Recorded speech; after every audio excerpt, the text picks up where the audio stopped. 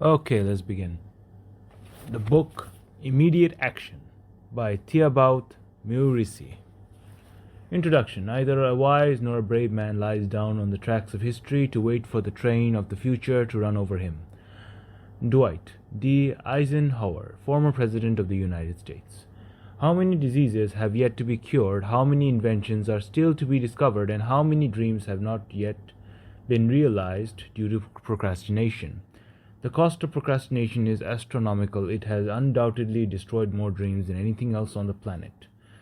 Procrastination is the insidious feeling that leads to us to shy away from what we now know we should be doing. Yet it is precisely our ability to do what we should do, when we should do it, and whether or not we like it, that determines most of what we are able to accomplish in our lifetime. So why are we letting procrastination steal our future and destroy our potential? Why are we allowing it to stand between us and our dreams? Perhaps it is because we are afraid of what we're truly capable of achieving. As the author Marianne Williamson wrote, "Our deepest fear is not that we are inadequate, our deepest fear is that we are powerful beyond measure. It is our light, not our darkness, that most frightens us. We ask ourselves, who am I to be brilliant, gorgeous, talented, fabulous? Actually, who are you not to be? You are a child of God. Your playing small does not serve the world." The fear of discovering what we're truly capable of achieving that may lead us to put a brake on developing our skills, abilities, and talents. It may lead us to play a role trying to convince each other we are powerless creatures with no real talent or special abilities. But is this truly the case? What about you? Are you letting the invisible force procrastination prevent you from leaving your mark on the world? If so, perhaps it is time you did something about it and took action now instead of waiting until a mythical tomorrow. In Immediate Action, we'll discover together how to deal with procrastination in a healthy way. I've intentionally kept this book short. Reading yet another 300-page book is unlikely to help you overcome procrastination anyway. In this book, I'll provide you with daily exercises that will move you toward one simple goal. In just 7 days, you will improve your understanding of procrastination and learn to overcome it, or at least to deal with it more effectively. Here's what we'll go over together. On day 1, declutter your mind. You'll discover how to declutter your mind to help you build momentum and move towards your goals. If you currently feel stuck, you'll find day 1 particularly useful. On day 2, identify the reason you procrastinate. We'll look at the specific reasons you procrastinate and begin to create a simple plan to overcome your tendency to put things off. Okay. Now, on day 3, deepen your understanding of procrastination. We'll explain how procrastination works and explore what you can do to boost your motivation and complete your key tasks. On day 4, gain clarity. You learn why clarity is key. As you gain more clarity regarding your tasks, you'll reduce your tendency to procrastinate. On day 5, develop laser-sharp focus. You'll discover that one of the biggest reasons you'll end up procrastinating over your most important tasks is due to overstimulation. We'll see in detail how you develop deeper focus, which will help you tackle your tasks with greater ease. On day 6, release your fear. We will discuss the biggest fears that lead you to procrastinate, and we'll reveal a few simple tips to help you lessen those fears. Finally, on day 7, implement a daily routine and build consistency. You'll create a daily routine that will boost your productivity dramatically while reducing the odds of you procrastinating. I'll challenge you to stick to this routine for the next 30 days. Sounds good? If so, let's not procrastinate any further and let's get started, shall we? What is procrastination? In this section, we're going to have a brief look at what procrastination is. Later, we'll discuss all the reasons you procrastinate to help you overcome this disempowering habit. Put simply, procrastination is knowing there is a task you should be undertaking but finding yourself unable to do it. This isn't something to feel ashamed of, since procrastination is a phenomenon experienced by everyone, including the most successful people on the planet. As such, the goal is not to try to eradicate it, which would be impossible, but to tame it. Another way to look at procrastination is as a signal your brain sends you. It is likely telling you the following: it seems as though you either don't want to or can't work on this particular task.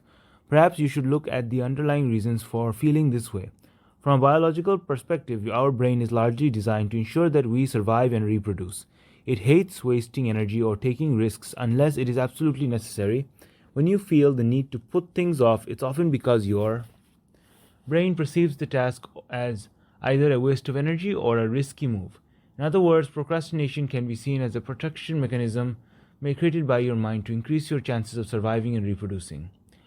However, nowadays we live in a vastly different world than our ancestors. Most of us don't face life and death time situations on a daily basis. As such, procrastination has largely become an obsolete protection mechanism and if we aren't careful, this mechanism will prevent us from reaching our true potential. We can also see procrastination as the price we pay for being human. As opposed to other living beings, we've been granted the ability to make choices and shape our future, but together with this blessing comes a curse. We must continuously decide whether to act or not and when to overcome our fears to run from them. Now, before we learn how to deal with procrastination, let's go over a simple exercise to help you build the motivation to act. Day 1. Declutter your mind. Nothing is so fatiguing as the eternal hanging on of an uncompleted task. William James, philosopher. Do you feel overwhelmed? Do you struggle to complete the tasks you know you should be working on? If so, don't worry. Today we'll help you get unstuck. The truth is that our mind doesn't like thinking of too many things at once, yet many of us ask it to do a whole heap of processing work. What our mind hates above all are open loops. Open loops consist of all the unfinished tasks it must think about in the background, such as unanswered emails, unpaid taxes, incomplete projects, unfinished conversations, chores, unresolved issues, and so on. When you keep accumulating unfinished business, you create multiple open loops that take up mental space. Feeling overwhelmed, your mind's natural reaction is to shut down. As a result, you find yourself stuck. Sound familiar? Fortunately, there are ways to unstick yourself. Today, let's declutter your mind so that you gain more clarity and build enough momentum to beat procrastination. To do so, I invite you to complete one out of the following 2 exercises. Exercise 1. Complete your major task. Select a major task you've been procrastinating on for a while. Major doesn't mean it will take a lot of time. It simply means a task you've struggled to complete. It could be something as simple as cleaning your apartment, or it could be a bigger task, such as finishing an important project at work. Then tackle this task today and work until it is 100% complete. If you need more time, commit to finishing it this week. As soon as you have completed the major task you've been putting off for so long, you'll experience a surge of motivation and will likely want to keep going. If so, keep the momentum going by tackling more tasks. Exercise 2. Declutter your mind. Using your action guide, list all your unfinished tasks. Write down all the things you know you should have completed but haven't. It could be replying to an email, paying your taxes, making an appointment, or cleaning your home. Next, schedule time today to complete as many of these tasks as possible. See how many you can get done. This exercise will help you free energy and eliminate the feeling of being stuck. As a result, you'll feel motivated to complete more and more tasks. Today, all you have to do is complete at least one of these 2 exercises. Still here? What are you waiting for? Go on, get on with it. Complete these tasks. Tomorrow, we'll discuss in greater detail the reason you procrastinate. Action steps. Select the biggest task you are procrastinating on and tackle it now until it is finished, or write down all the tasks you know you need to complete. Then go complete as many of them as possible. Day 2. Identify the reason you procrastinate. It's the job that never started and as takes longest to finish. J.R.R. Tolkien, author. Do you know the specific reasons you procrastinate? If not, don't worry, we're going to discuss this today. In truth, we procrastinate for a variety of reasons, which are often related to the protection mechanism we mentioned earlier. In short, we're reluctant to expend energy on a task if we see the task as a risk to our survival or the survival of our ego. Below are some specific reasons that may lead us to procrastinate. A lack of clarity, being unsure of what we have to do, the way we should do it, or the reason it matters, we postpone working on that task. Insufficient awareness. Without a proper understanding of what procrastination is and how it works, we find ourselves putting off things more often than we'd like to. Poor focus. Being in a constant state of overstimulation, we find ourselves unable to focus on tasks we perceive as challenging, unpleasant, or boring. Fear. By feeling as though we aren't good enough or being afraid of what others will think of us, we put off our dreams to a future that never arrives. Lack of urgency. Having no real sense of urgency, we tell ourselves we can always work on our tasks tomorrow, next week, or next month. Lack of effective routines. Having no consistent daily routine to help us immerse ourselves in our most important tasks, we become distracted by the most irrelevant things, example emails, social media, YouTube, and so on. Unnecessary friction. Failing to create a frictionless environment, we struggle to tackle our most important tasks. Mental overload. Having too many unfinished tasks or chores, we become overwhelmed. What about you? Do you know why you procrastinate? Do you lack clarity? Are you afraid of not doing a good enough job? Is your environment suboptimal? Does it create resistance? Today, I invite you to reflect on all the reasons you procrastinate. To do so, complete the exercises below using your action guide. Action step. Using your action guide, rate yourself on a scale of 1 to 10. 1 being false, 10 being true for each statement below. 1. I lack clarity regarding what I need to do or how to do it. I wait for motivation. I'm distracted, unable to complete difficult tasks. I'm afraid of not doing a good enough job. I have no clear deadline or sense of urgency. I have no daily routine to help me start work. My environment encourages unproductive or toxic behaviors. I have too many things to do and I feel stuck. Using your action guide, reflect on all the reasons you procrastinate. Write down 3 tasks you have procrastinated on in the past 1 month/year. Now, B. Write down all the reasons you believe you procrastinated. Be honest with yourself. Is it the fear of not doing a good enough job? Is it because you weren't motivated enough? Is it because you didn't know exactly how to approach the task? Then brainstorm. Think of everything you could do to stop procrastinating or at least reduce your tendency to do so. Number C. Day 3. Deepen your understanding of procrastination. It is not because things are difficult that we do not dare. It is because we do not dare that they are difficult. Seneca, Roman Stoic philosopher. While our tendency to procrastinate can be strong, it isn't an insurmountable issue.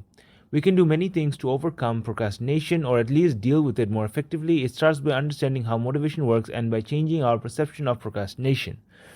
How motivation works. To overcome procrastination, you must understand how motivation works. Many of us believe we need more motivation to help us act on our goals. While it certainly helps, it's impossible to feel motivated 100% of the time. Some days we'll be excited to work on our tasks, while other days we'll feel like doing everything but these tasks. Consequently, the key is to realize that motivation doesn't lead to action, but action leads to motivation. In other words, getting started actually generates motivation. You'll probably have experienced it yourself before or after struggling to work on a task.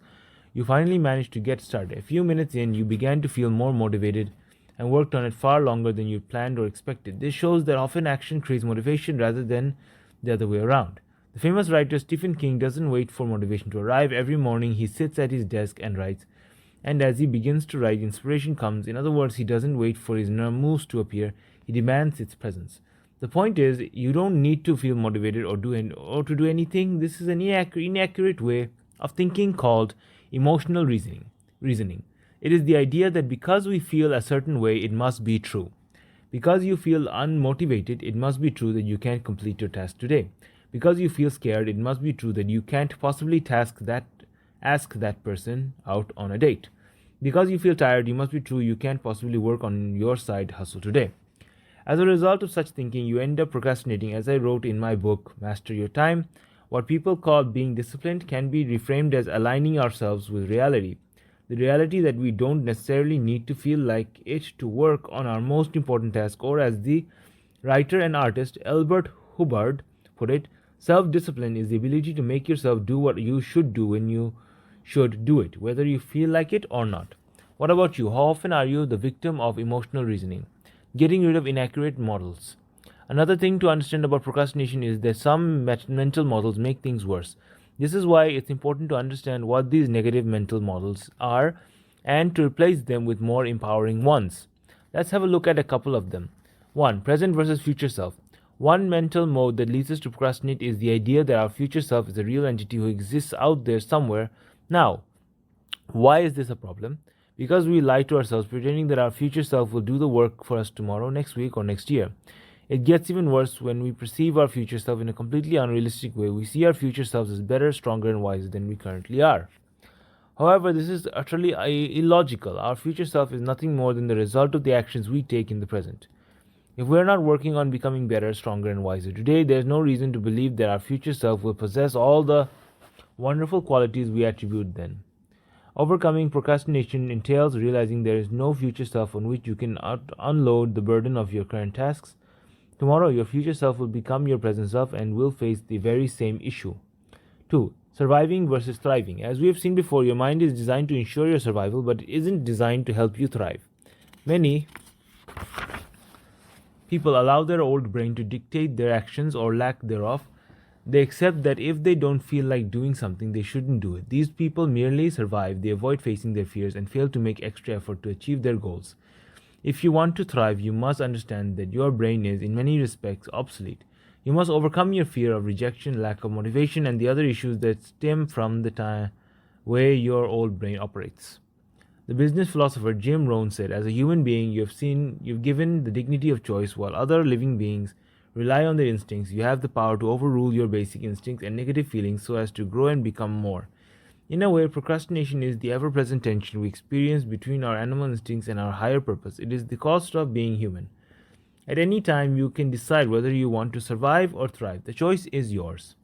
Action step. Using your action guide, rate yourself from 1 to 10, where 1 is low and 10 is high. On the following elements, I know exactly why I procrastinate. I understand exactly how motivation works. I understand that procrastination comes from flawed thinking. 2. Based on what you've learned today, write down 2 specific things you'll implement today to avoid procrastinating on your most important tasks or things you know you should be doing. 3.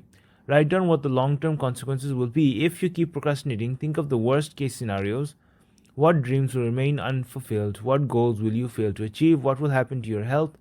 Visualize in detail the real cost of procrastination in your life. Make it painful. Okay. Day 4. Gain clarity. Things may come to those who wait, but only the things left by those who hustle. Abraham Lincoln, former President of the United States.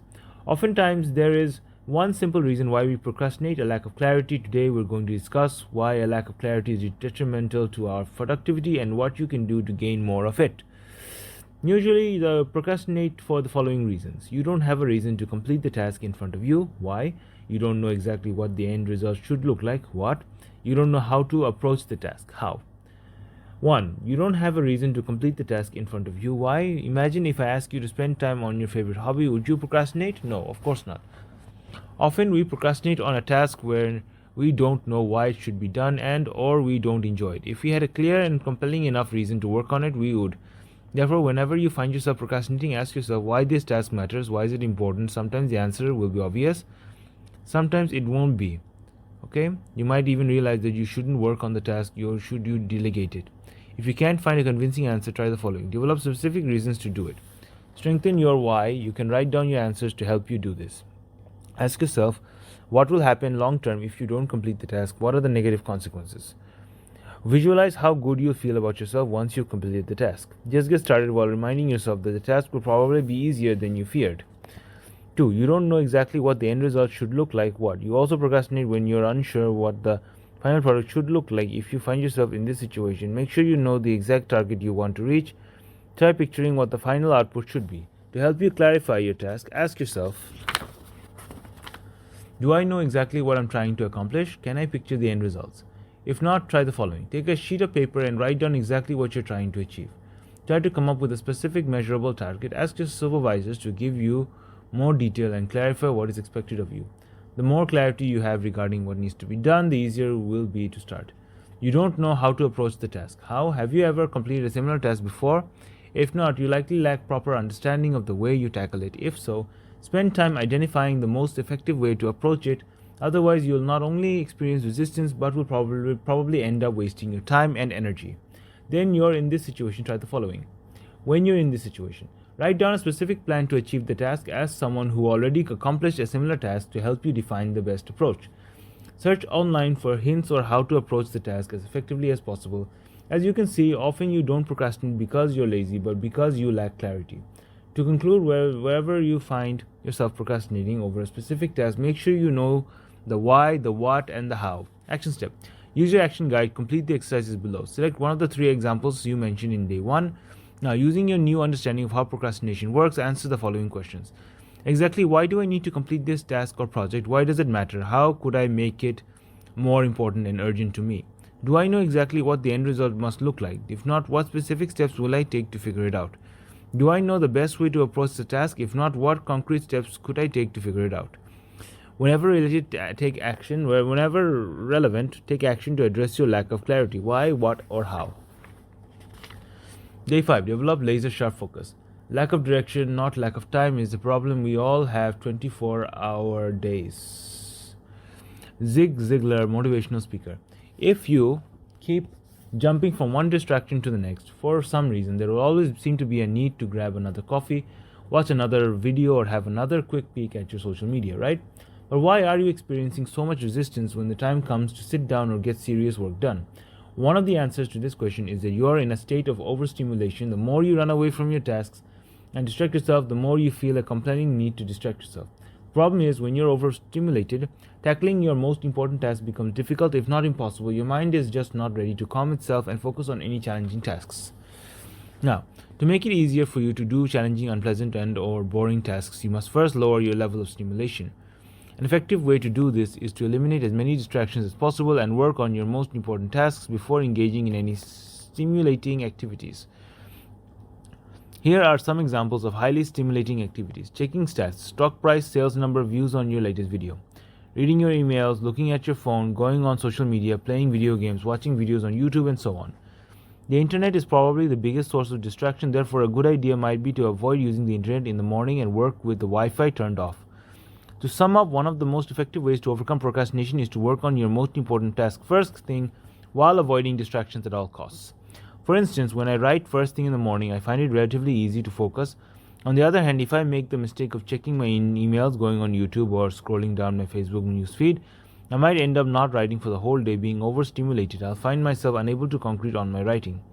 Now, note that when you're overstimulated, your mind will play all sorts of tricks on you to prevent you from starting or going back to work. Some of these tricks are: trick number 1, going back to work is easy. Your mind will tell you that you can go back to work whenever you want, but in reality you'll find it almost impossible to do so. Trick number 2, you can do it later. Your mind will lie, telling you that you can always do it later today, or maybe it can wait until tomorrow, but you will have other tasks to do tomorrow and the cycle will continue. Trick number 3, excitement is the same thing as fulfillment. Your mind will convince you that you need excitement, but excitement will never bring you any lasting sense of fulfillment. In the first book in this series, 48-Hour Dopamine Detox, I explain in detail how to lower your level of stimulation so that you can stay focused on your most important tasks and reach your goals. If overstimulation is an issue for you, I encourage you to check it out. Action step: today, complete the following exercises in your action guide. What could you do specifically to reduce the level of stimulation you're exposed to during your day? Come up with at least 3 ideas. What one thing will do today to reduce distraction and stimulation and make it easier to work on your most important task? Day 6, release your fear. Someday is not a day of the week. Janet Daly, novelist. One of the main reasons you procrastinate may be due to some underlying fears. You might be afraid of not doing a good enough job. You might be afraid that who you are and what you do isn't enough. This is a common fear that most, if not all of us, suffer. The fear of not being good enough has led many people to operate far below their potential, never sharing their gifts with the world, nor pursuing their dreams. When it comes to the fear of not being good enough, I like to cite the following quote, since I believe they're eye-opening. When I won the Oscar, I thought it was a fluke. I thought everybody would find out and they would take it back. They'd come to my house knocking at the door. Excuse me, we meant to give that to someone else. That was going to Meryl Streep, Jodie Foster actor. You think, why would anyone want to see me again in a movie? And I don't know how to act anyway, so why am I doing this? Meryl Streep, actor. The point is, even the most successful people can experience the feeling of not being good enough. In fact, for many high achievers, I suspect it's precisely this fear that drives them to improve and accomplish greater feats. Now, the difference between good achievers and other people is that the high achievers use their feelings of inadequacy to improve themselves. They face their fears and overcome them to get things done. What about you? What, if anything, are you afraid of? Why aren't you working on the things you know you should be working on? If you're afraid of not doing a good enough job, realize that you only have 2 choices in life. You can either experience feelings of inadequacy and let them control your life, or experience feelings of inadequacy and act despite those feelings. The choice of you make will determine for a large part what your future will look like. If you keep procrastinating, you'll be selling yourself short over and over again, on top of which feelings of inadequacy may worsen over time. Conversely, if you accept the fact that you may feel somewhat inadequate for the rest of your life and take action away, you'll be able to accomplish many of your goals. Ironically, as you do so, your confidence will grow and your sense of inadequacy may recede. So which option will you choose? Unfortunately, there are several things you can do to alleviate feelings of inadequacy. Let's review some of them. Accept your feelings. The first step is to realize you're not alone. As we have mentioned before, some of the most successful people on this planet feel like a fraud. They spend their entire career living in fear, the fear that others will discover that they are imposters.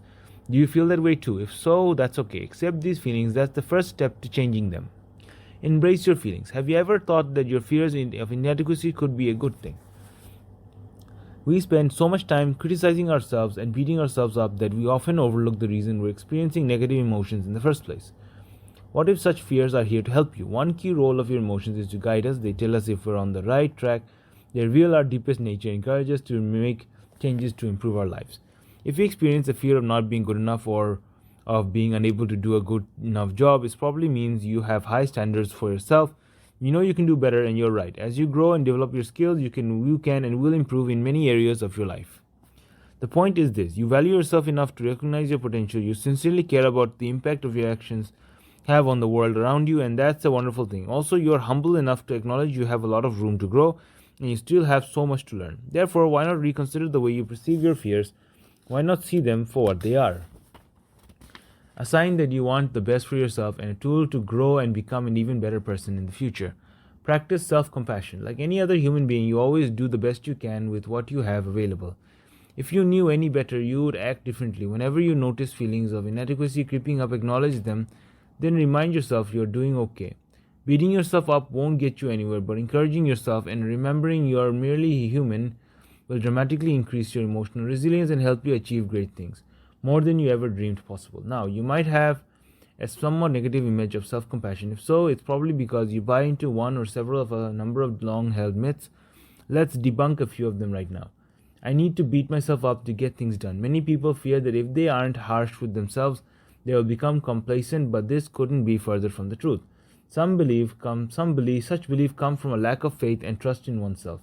As you practice self-compassion and learn to trust yourself, you'll discover that your motivation will increase, leading you to accomplish more. Try it for yourself. Self-compassion is selfish. For some people, self-compassion may appear selfish, but it isn't the case. In truth, if you cannot take care of yourself, you'll have little mental energy left to take care of the people around you. The more self-compassionate you become, the better you'll feel and the better you'll treat people. 3. Self-compassion is for weak people. Men shouldn't practice self-compassion and they shouldn't cry either, right? This is nonsense. Self-compassion is the ultimate tool for emotional resilience. It is the safety net for your emotional well-being. When you practice it, you will become like a reed. You'll bend with the wind but never break. No matter what happens, you'll be able to pick yourself up and keep going. This is why self-compassion will make you stronger, not weaker. This is also where so-called self-esteem is often nothing more than the lie we tell ourselves, the mask we wear. Self-compassion is the profound recognition that we are imperfect human beings trying our best.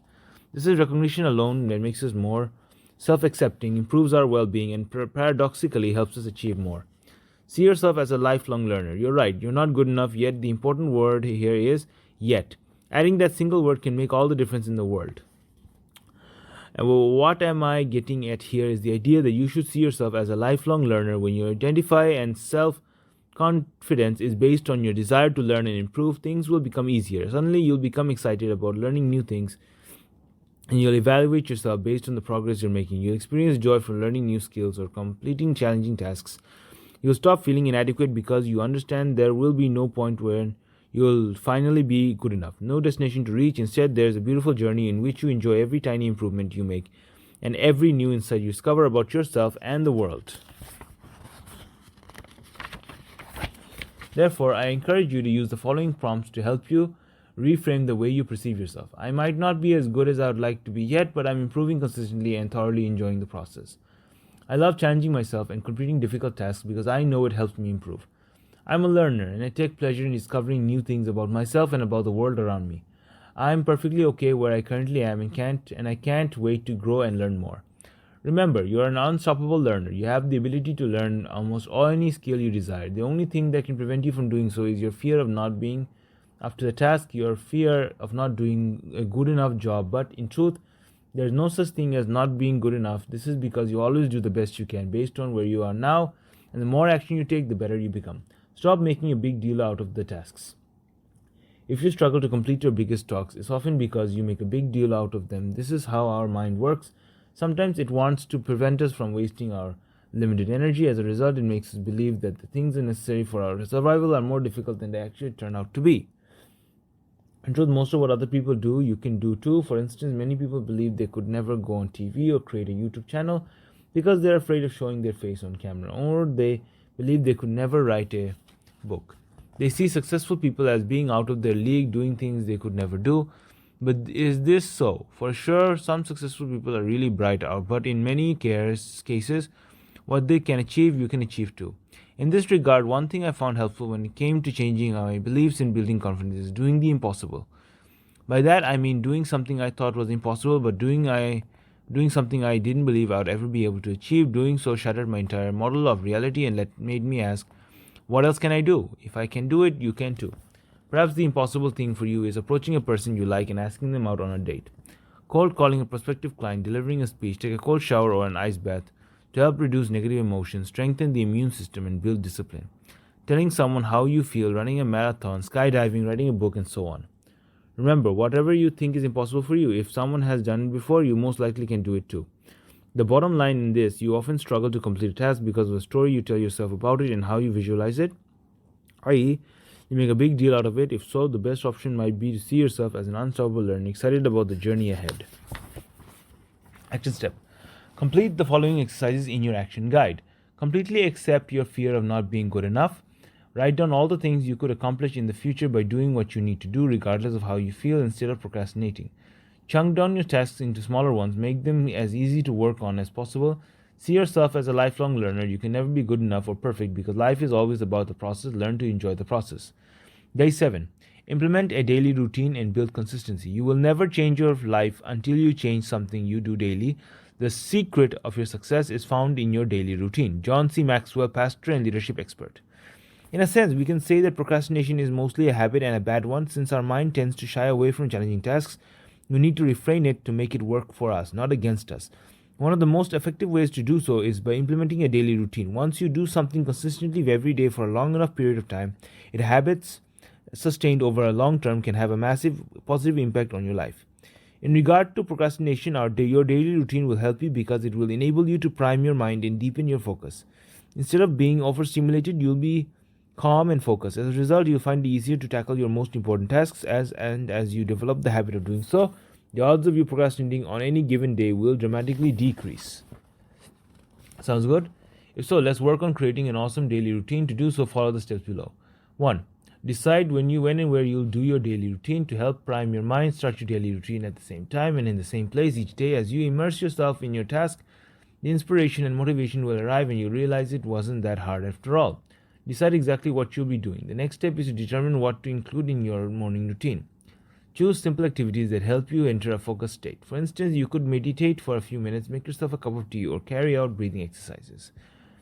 Make sure you avoid checking your phone, watching YouTube videos, or any other distractions. You need to avoid such stimulation as much as possible to help you stay focused. Get started. Once you've completed your routine, begin to work immediately. If possible, tackle your most important task first. When you complete your main task, you will experience a pleasant sense of accomplishment that will help you accomplish more tasks during the day. If you need to go to the office, avoid checking your emails or doing anything else that could distract you before you finish your first task. If needed, arrive a little early. Work without interruption. Number 4. Finally, make sure that you can work free of distractions. If you can, turn off your phone or the Wi-Fi. Remove any friction to facilitate the completion of your task. Your important tasks should be as easy as possible to start, while distractions should be as difficult as possible to engage in. For instance, you could limit the risk of becoming distracted by turning off your phone, turning off the Wi-Fi, and by using software to block specific websites like social media. You could also make it easier to tackle your key tasks by making the files you're using easy to access and avoiding using the internet before you begin to work on your task. The bottom line is you can reduce your tendency to procrastinate by getting into the habit of working on your key tasks in the morning, and you can make it easier to do so by putting yourself in a relaxed state of mind. As you practice doing this every day, you'll procrastinate significantly less and achieve significantly more. Create your daily routine using your action guide. Decide when you will do your daily routine. First thing in the morning is preferable. Decide exactly what you will be doing. Make it simple so that you can sustain it over a long period of time. Consistency is far more important than intensity. Get started today. Download the Procrastination Cure worksheets and have a look at them for the time to time. Conclusion. Procrastination is our attempt to place the burden of today onto the shoulders of a future self that doesn't exist. It doesn't work. Fortunately, you don't need to do this. Once you understand what procrastination is and how it works, you can dramatically reduce the likelihood that you will procrastinate on any given day. I hope that during these past 7 days, you've been able to overcome some of your mental barriers and have replaced your obsolete mental models with more effective ones. Now, you'll still procrastinate from time to time, we all do, but when this happens, make sure you show yourself some compassion and refocus on your work gently. Recommit to your daily routines and just get started. As long as you keep moving forward and continuously improve yourself during the process, you'll go on to accomplish great things. Whenever you feel stuck, revisit the exercises outlined in this book. You might not be as good as you'd like to be yet. You might not be as productive as you want, but as you keep going, you'll be inevitably improve. There is nothing more enjoyable than seeing yourselves learning new things, gather new insights, and making progress towards your dreams. I'll leave you with these words. Go back to work. Warm regards, Thibaut.